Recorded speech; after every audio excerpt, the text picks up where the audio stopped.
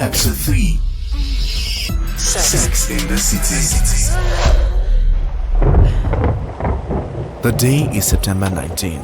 The time is 7:41 p.m. I had just booked a cab heading out for a meeting with a friend at Orchard Road, which for some reason they call Orchard Road in Lagos. So when you order a ride here, you are either lucky to find a driver who says very little. You're very unlucky if you find one that is arrogant and rude. Now it's kind of a mixed feeling when you find one that, talks more than Chris Tucker and Kevin Hart put together. Now on this particular night, I was in for a very long ride. Maybe it was my fault, because I seemed very nice and cordial. In a less than 5-minute journey from the, high-rise buildings of Adele out there code to the dark, lonely path at law school, we had spoken about a lot of things. Talked about my state of origin, talked about his, talked about my relationship status and if I had cheated on my girlfriend. I struggled through this rather odd conversation with this driver.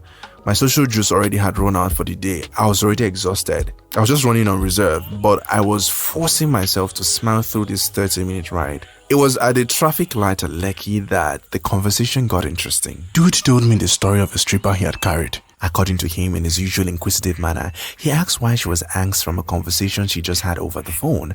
Apparently, she had bought fake stripping shoes from a vendor. He went on to ask her why she chose to strip, and her reasons were, for lack of better words, fun. She said she earned a lot of money from stripping and couldn't imagine a job that could pay as much. At that point, I'm asking Oga, how much is she, earning? And she said she makes 1 million naira on a good week on the average. That's from screaming, yes, dancing on the pole. 1 million naira, and I am here working a bloody 9 to 11 or 12.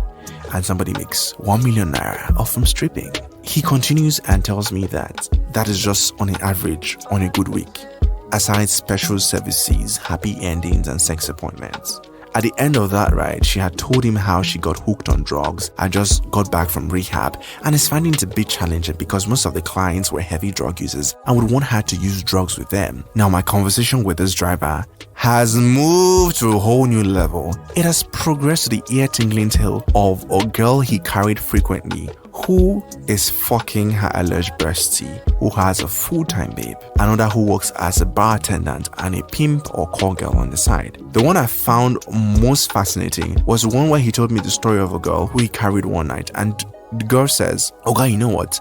I'm going to make 5 stops this night and I want you to, be with me through the 5 stops. I don't want to have to stop and book rides at every point." And this man being very vocal, a warrior, be a doma that he was, he turned and asked her, "You want to fuck 5 guys this night, Abi? And you want me to wait? What is the guarantee that they're all going to come quick?" And she says, "Okay, don't worry, I have my ways." He agrees because she said she was going to pay handsomely. And so they went, stop after stop. 2 on the mainland, 3 on the island. At the end of the night, he had enough to go back home with. Now at this point, I'm lucky asking myself, Omo, you sure that you will not enter this, this kind of work like this? Because what the hell? What the actual hell? 1 million naira on a good night. The other one, 5 guys making a lot of money. The truth is, I had no reason to doubt the driver because he had over 9,000 rides. He had definitely seen a lot. I didn't get to hear the gist about men and how they're actively participating in this sex on demand industry. But one thing I know I wanted to, get over with was the ride. Because at this point now, Baba is already beginning to look me one cap of eye like, okay, because I was spending too much time trying to find where I was going to. He might have, guessed that or thought that I was going to have like my own sexual appointments or anything. But ignore the C. I really don't care how people get to live their lives, who they, decide to have sex with. But if you must have sex, please have safe sex. If possible, carry a test kit with you on your sex appointments. Test for everything testable. Test for marine spirits. I hear that those ones are now transferable too. And then again, you should know by now, get condoms. They are not that expensive.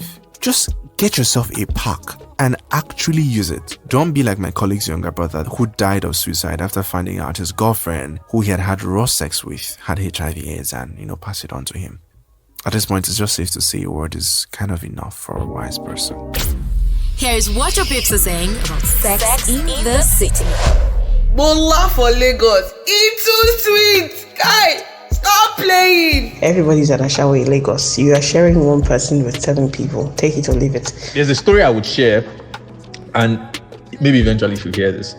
There was this chick that was moving to me one time in Lagos. Before she started moving to me, she would share like bits of her life and stuff. One time she was sharing with me the person that she was actually slamming genitals with. And at the time, this person was supposed to be her friend. A guy. She had just left a relationship and started fucking this guy. Now, I asked her, doesn't this guy have a girlfriend? She was like, yeah, he does. But anytime I'm on here, I just call him. Like, we don't even talk about, let's go and fuck or anything. Like, I just call him. Are you at home? Says yes. He knows what I'm coming for. Like, we just get a slam genitals, have my bath, and I'm out.